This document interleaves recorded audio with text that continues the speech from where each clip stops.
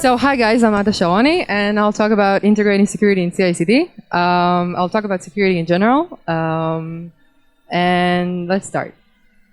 So a little bit about myself. I have two daughters, as you can see here, so beautiful. I've been working in the Israeli intelligence community for many years, and for the last 4 years I've been working in Akamai. Akamai, for those of you who don't know, it's a CDN, Content Delivery Network, which basically means that our customers are companies like Airbnb, like PayPal, and their clients, of course, are the internet users. And we make the internet faster for them, but since we see 30% of the internet traffic, we use that in order to devise our cloud security solutions. Because we see so much traffic, then we're able at Cloud Security to come up with machine learning and algorithms that can actually help detect malicious activity. So I will refer to these kind of tools later on, but it's not the point of this lecture. I wanted to mention that, so since I've been working in cloud security, I think it brings me to this lecture from two different perspectives, two different hats. So one is I'm well acquainted with the security side, so I know how things can be very vulnerable and how you can easily exploit our product, other people's products, and how everything can be very fragile. But on the other hand, I didn't mention that, but I'm a dev team lead, and I really struggle to push quickly to production, and I really hate when people interfere in the middle, and when things are becoming more complex and messy, and when you feel like the software development lifecycle is really long, so that really frustrates me. And so seeing things from these two perspectives, I think it's going to influence a lot of how I'm going to present this lecture to you. Okay, so let's start talking about it. First of all, before we start digging into how you can integrate security in CICD, let's first understand hackers, okay? So you might imagine this as a hacker, right? So yeah, these are the 90s hackers. They used to be like really nerdy. They used to devise these viruses in order to seem really cool. And usually their viruses only like displayed something really annoying in the screen. Yeah, but just forget about it. Hackers don't look like that anymore. And you really need to get that picture out of your mind, because I think this is what most software developers see in their minds, and they don't understand that what they're facing is something much more organized. So it's actually organized crime nowadays, and so I think you should imagine hackers this way, right? How can I make money? Okay, and you should also understand that there's a fine line between nowadays. There's a really fine line between hackers and criminal. They are criminals, but I mean, like other types of crime, like extortion. Sometimes, it's not even, the lines are not very clear. So you have to think about it this way. The hacker that is facing in front of you is actually having a business model, and he needs to make money. And there are lots of ways to make money. I'm only going to mention a few of them. So first off, he can steal credentials, right? Which can be credit cards, social security numbers. With credit cards, it's pretty obvious. Social security numbers, not many people know that, but like right nowadays in the US, many hackers, they send the US government a refund, for like thousands of dollars, by only using a stolen social security number. So this is also a way to steal money. You can also target an enterprise, right? Steal like all of its assets, all of the credit card numbers, or anything that you can trade for money. You can also help commercial espionage for money. You can use ransomware. That's very popular nowadays. something that is not very familiar is attacking botnets. What are attacking botnets? Think about it, that lots of hackers, what they do is that they use known vulnerabilities and they attack lots of IoTs, cameras, routers, whatever they can find. They put their little piece of malicious code, and usually these devices are not patched. No one. Who here has some IoT in his house? Did you ever patch your software? Most companies don't patch. Most people don't do that. I'm talking about normal people. I'm not talking about you guys. No, for those who have patches, they have them automatic. Oh, you wish. No. Most companies don't bother at all. Yeah. Because the hardware is so cheap that it's... Yeah. Exactly. Why should you patch? Why should you? And also, I think if people who have routers and cameras in their house, usually they don't even care. They don't really care that they're hosting a malware that is actually used to attack Twitter. Why should they care? So these botnets we're talking about nowadays. We're talking about hundreds of thousands of devices per botnet. And what they do, that the attackers they target each time they give a command. Now we're going to attack Twitter. Now we're going to attack Amazon, right? And so how can they make money? Does anyone have a guess? Have a guess? Request, send me something on Bitcoin. Ransom? And I will release your level. Yeah, that's an option. Bitcoin cannot function. Yeah, that's an option. What else? They sell attacking services. Very good. They can sell to the competitors. And The protection service. Yeah, You know what and they can also bet It's actually my company that this is what she does. if it has stocks, right? You can bet against the stock of this company. This is also a very good way to get money. Think about it, like 2 days. If your website is off, then you're going to lose a lot of money. So and they rent their tools. There's a really big market for that. People make a lot of money. Yeah. Anyway, so I wanted to separate how can you get that money actually? So I wanted to separate into 3 different methods, and they also have different complexities. So the first one is very simple. It's just social engineering, phishing, right? You probably have seen one of these mails saying that someone broken into your account, please log in. And then you go to a domain which is very, very similar to Facebook, only with a character that is very similar to F, but it's not an F. And you don't know that, but then you type in your password, then that's it. You just gave someone your credentials. You don't even know about it. But this is not very, very sophisticated. It's just social engineering. The next step is actually someone who is much more familiar with vulnerabilities. And so it's not like this is actually what a hacker would do. He would study your APIs, your company's APIs or web applications, and he would start tweaking with them. They have tools for that, and he would start tweaking and see if he can get. Let's say sometimes he can actually get all of your databases out by just tweaking with your APIs.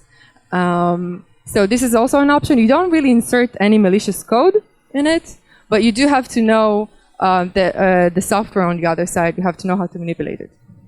And the second level of complexity is actually malware. But by malware, what I actually mean is that there needs to be a code, a malicious code, that needs to be first injected into a processor, right? Into the memory, and then the processor somehow needs to run that code. Okay, so think about processors. They can be practically on anything, right? And we need this is quite complex. We need a way to infect the device. So there are lots of ways to infect devices, whether it's email attachments, right? Like PPT or PDFs that are actually executables, and when you click on them, actually you are actually running the executables. You can also use a vulnerability through the web browser, so on and so forth. So this is one thing. You have to have infection. You need, let's say that you're targeting a company and you want to get inside that company and then wander around the network, go from the HR computer, and then you have to wander around the network. So you You need a way to spread from one computer to another. Then you need a way to have sustainability within the network. Let's say there are antiviruses that you need to go through. And you also need to navigate in the network, so you need communication. This is more complex. So this is another level of complexity. These are hackers that have a bit more knowledge. Okay. So I just wanted you to see the statistics for you to feel that there is actually a market for everything. It's a huge market. Botnet for a service. You can actually, I took these numbers from the internet. You can rent a botnet in $120 for 1,000 bots. And you can also sell a stolen credit card for $2, social security number, $10. And this market is actually estimated in $20 billion. So it's quite a lot, but that's not the overall, of course, damage to the entire industry from cybercrime. So here you can see in this graph, you can see a trend. You can see right from 2007, there's a peak in, this is the amount of malicious codes that were found.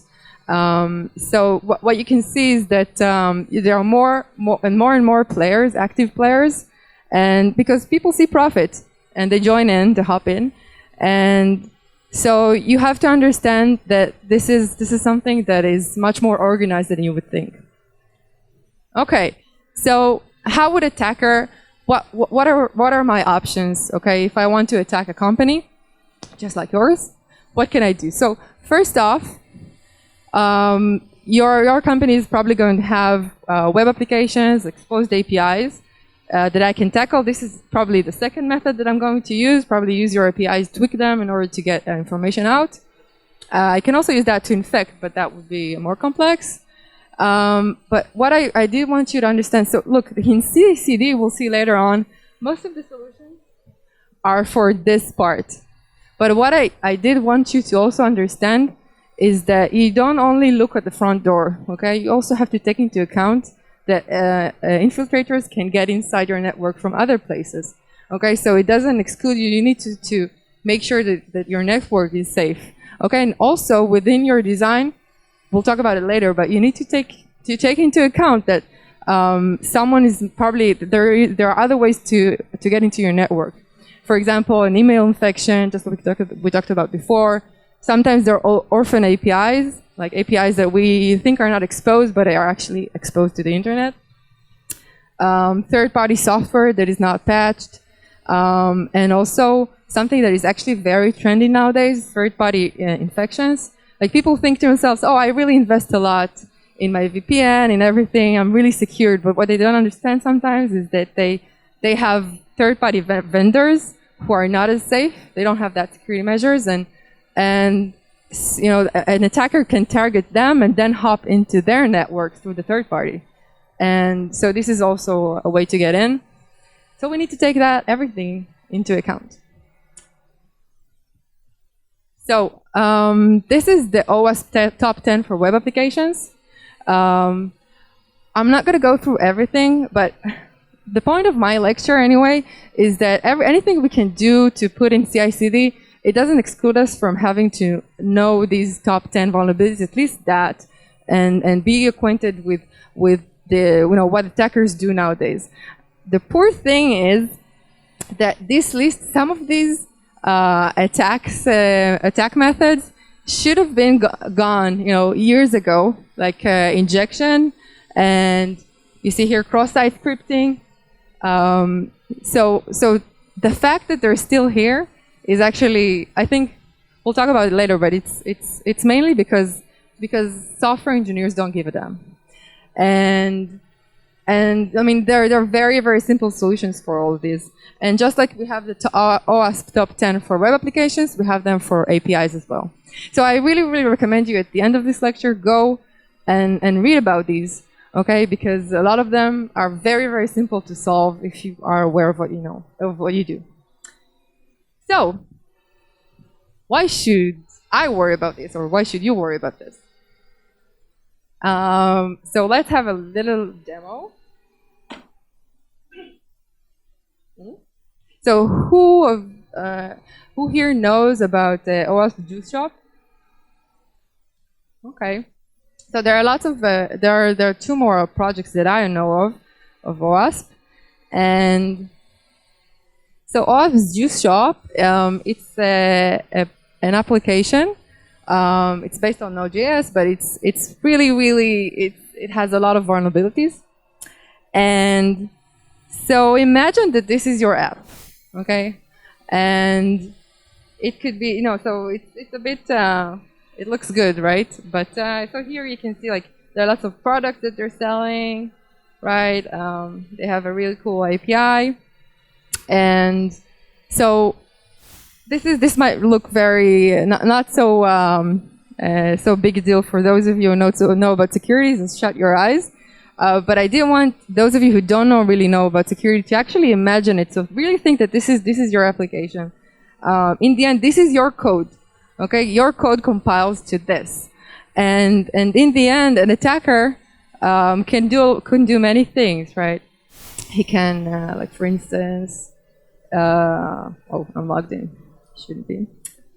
Okay, let's say I want to log in, right? So I can use an SQL injection.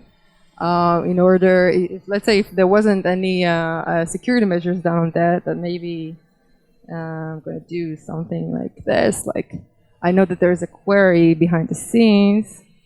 And some sort of password. Okay. Yeah. There's an issue here. You see, this app actually notifies me when there's a win for me, when I've achieved some sort of vulnerability. And now, let's see what happens now. Oh, great! I got in. Look, I have admin access. Okay, it doesn't mean that I can run malicious code now, but I can start working with that.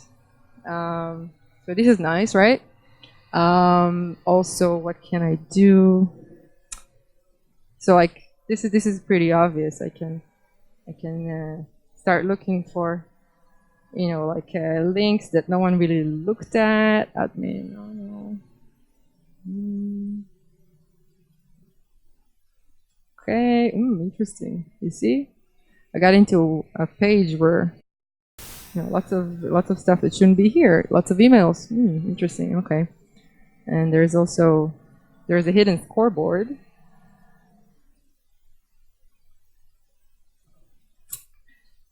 Which I know of. And here you can see all of the things that I've achieved by now. That's not a lot. Let's do some cross-site scripting.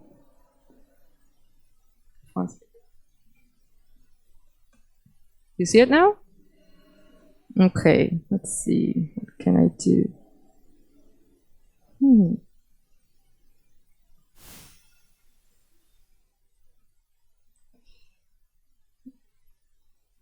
Yeah. This is because it's this one I knew of that there is this scoreboard where you can actually see what you scored.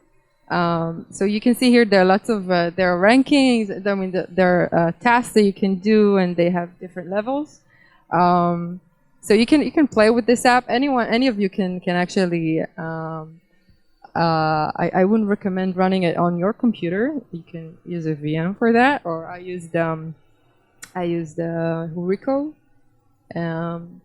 Anyway, so yeah, let's continue on. But the point is, try to imagine this is your app. I think what happens to most developers is that they see their code. They sometimes fall in love with their code, and they see their race to production, and it's very difficult, for developers and for DevOps to go to the other side and look at their app as an attacker. So why should you worry?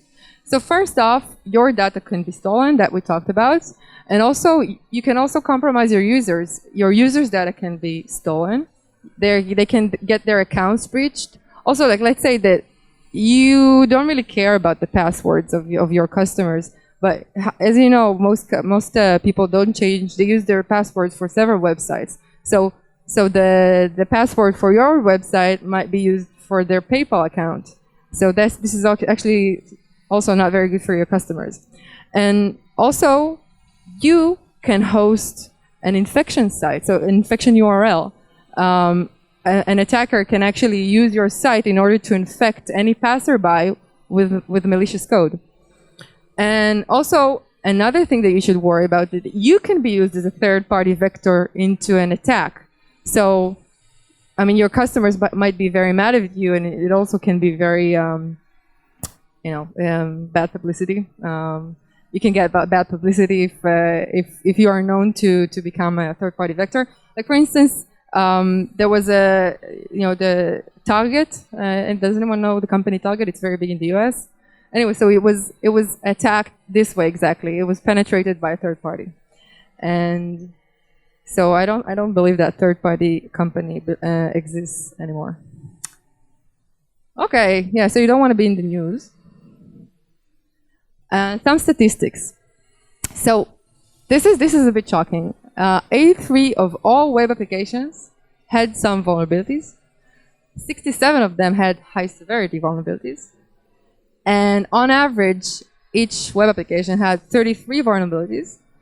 Among them, 6 had high severity vulnerabilities. Okay, so this is not so good. Why is it happening? So, like from my perspective, it's one of the things that the security is not it's not engaging enough, and it's also not explained well for for people who are not in that world. And it's very difficult to get into it, and also it's like people told me people that in my company, even they asked me, oh, what is this lecture about?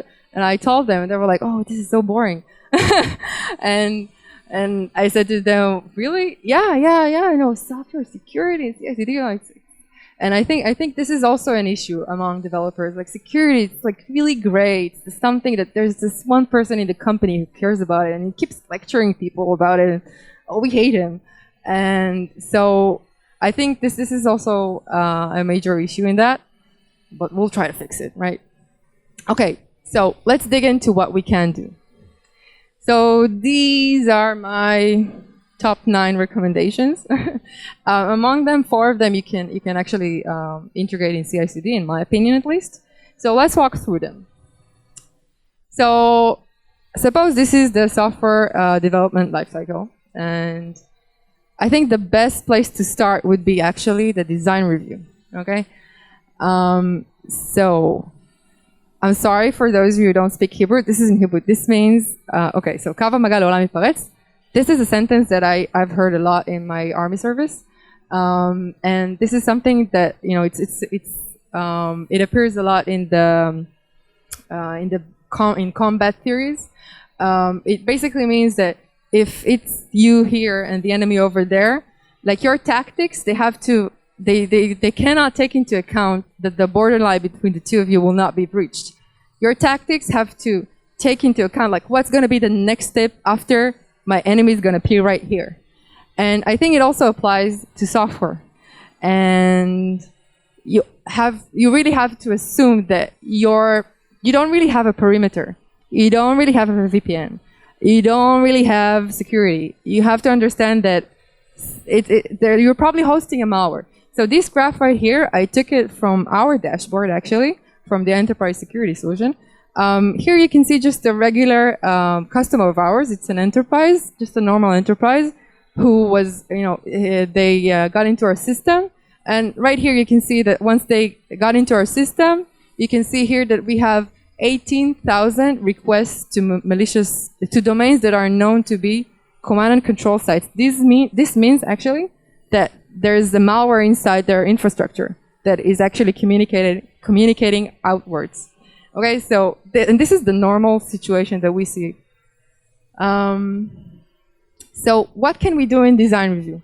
And again, so now I'm going to jump into my other head as a developer. See, I really hate it. Like right now, even right now, I'm working on a project, and the design review, it's taking so long. And if something's going to make that even more complex, that's going to really frustrate me. But the thing is that I also, in my perspective, I think that this actually should be accounted for. That yeah, someone that has some knowledge about security needs to dig in and be a part of the whole design review process, and maybe bring another point of view. So, like for example, let's say that the perimeter is also always going to be breached. Then I think that in the design phase, one thing that you can take into account, for example, is if, let's say that you have a project that is very complex, it's over several networks, then you might want your data to be not fully available if an attacker gets into one network. So an attacker would have to go through 2 networks in order to actually combine the whole picture and then exfiltrate all your databases. Okay, so I know there's a saying that you probably some of you know, but about it. The story about 2 bunnies going in the forest, and all of a sudden they see a lion, and so they see this lion, and one of them is actually, he's changing his shoes into running shoes, and the other one is asking him, "Why are you doing that? He's really close. He's going to eat us all." And the bunny with the shoes says, "Well, I don't really need to be really faster than the lion. I need to be faster than you."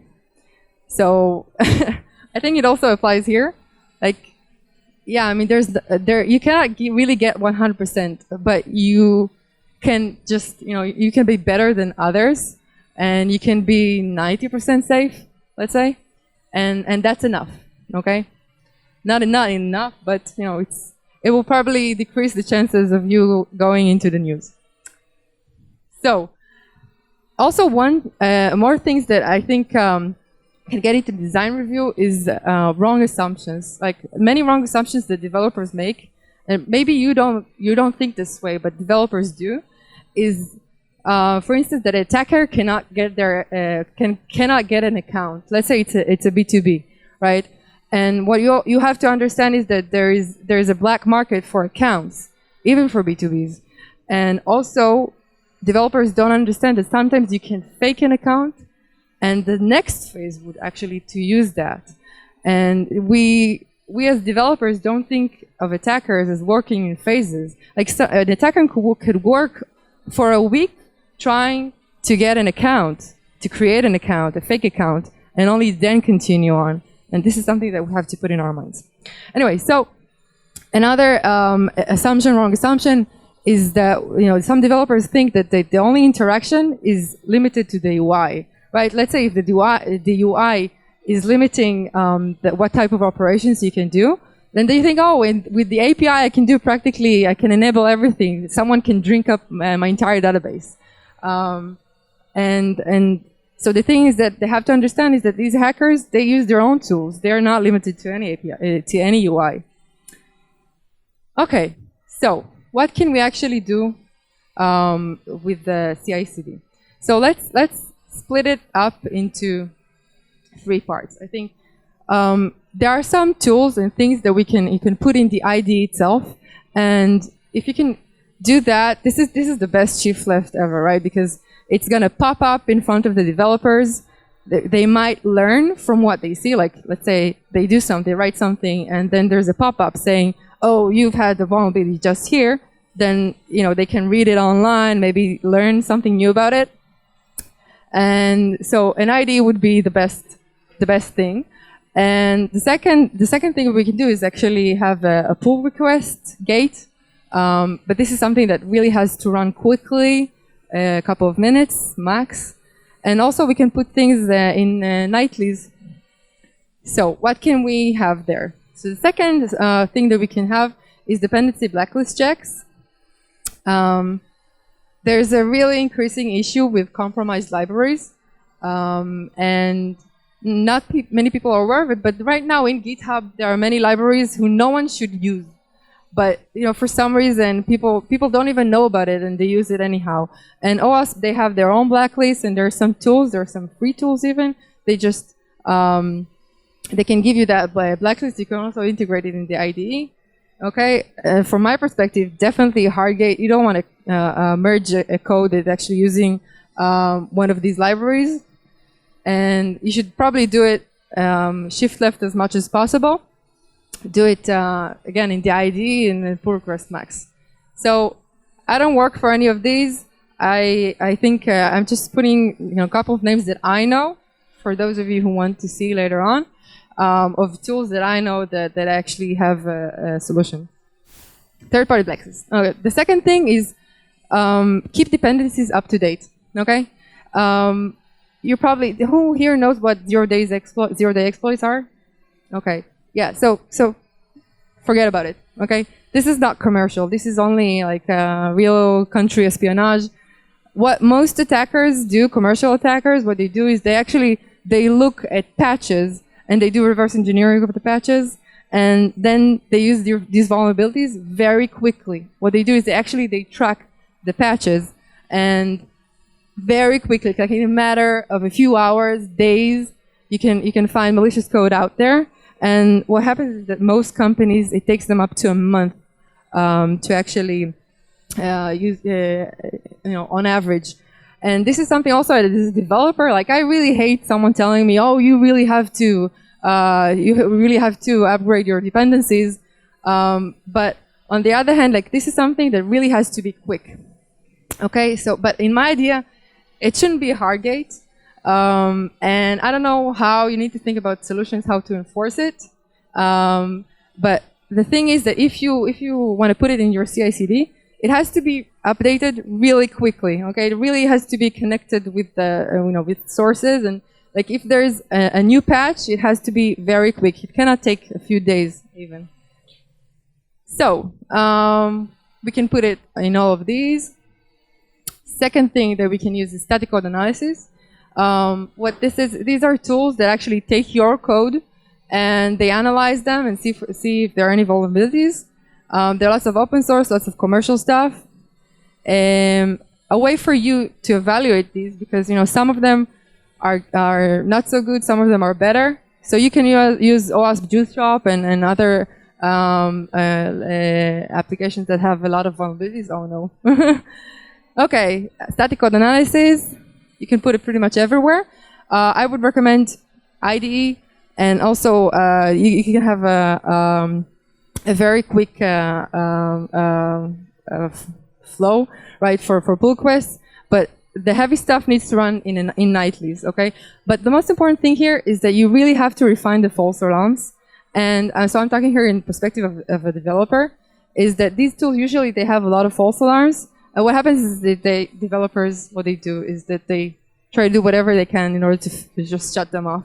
Okay, so you really have to refine them, and you really have to work with the developers if you intend to do that in order to really make it effective.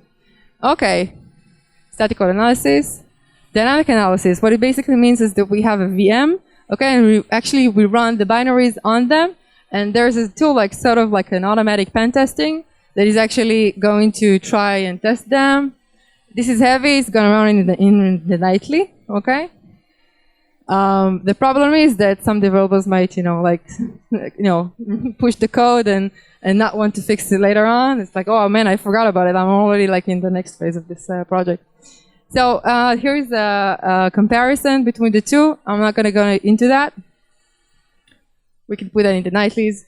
Yay, so we have basically a good CICD, but we cannot really avoid it. We need to run routines. What can you do in routines? So again, patch, not just your not just your code base, okay? You have to understand that there's lots of installed software, third-party software on your servers. So there are tools that can actually scan your servers and see what is out there and what is not patched. And there are lots of tools for that. PII scans. PII stands for personally identifiable information.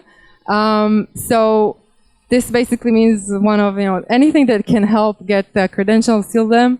So there are actually tools that scan your servers and can actually tell you where is your PII located. And also, so what I would recommend, these are all things that you can do, okay? But again, you have to understand that there are lots of other solutions to protect your platform, and you cannot really ignore them. So these are listed right here: penetration testing, manual penetration testing, firewalls, endpoint security, WAF, so authentication methods. Anyway, all of these, they are still important because you do, even if we secure this part, the outer part that is facing the internet, we still need to see if there's a penetration inside, okay? Because still, it can be stolen from places that we really haven't thought about. So we're going to put that in routines. And we're done? Of course not. What? Physical security. Yeah, you can put it in the secure your platform part. Yeah, there are lots of tools that use anomaly detection to detect things that are weird in your network. Lots of that, lots of tools. So I wouldn't like you to neglect it, but the main point is that you can add all these things, and these are good, but it's not going to give you safety to the max. The thing that you cannot really neglect is OAuth knowledge. You have to send your developers, at least some of your developers, to these conferences or help them become experts in this field. And maybe they can, with good code review habits, they can actually propagate their knowledge to the other developers, because their developers are lacking this knowledge, and this is something that is really apparent. This is why I told you before, the top 10 OWASP vulnerabilities, most of them shouldn't be there anymore. They should have been gone years ago, but they're still there. They're still in the top 10 because developers, they just continue to make the same mistakes, and they don't have the knowledge. And the last thing is try to make it less boring. Okay, I think for a developer, developers are usually they look at security as something that they have to do. It's very gray. It's not so sexy. It's not really, we want to deliver fast. We care about our products. And this is something that actually is lagging behind. Yeah, so you want to make it cool. And that's it. Congratulations, you did it. 2 minutes for questions, and we still have 2 minutes. Anyone? I'm asking for a friend. What does OWASP stand for? I don't remember. Security project. Yeah. And so, they have their conferences, but you can watch older videos online, which if you want to get into this world, it's good enough, I think. And I think it's important for everyone. If you want to go there, it's important. Have coding courses. What? We also have secure coding courses.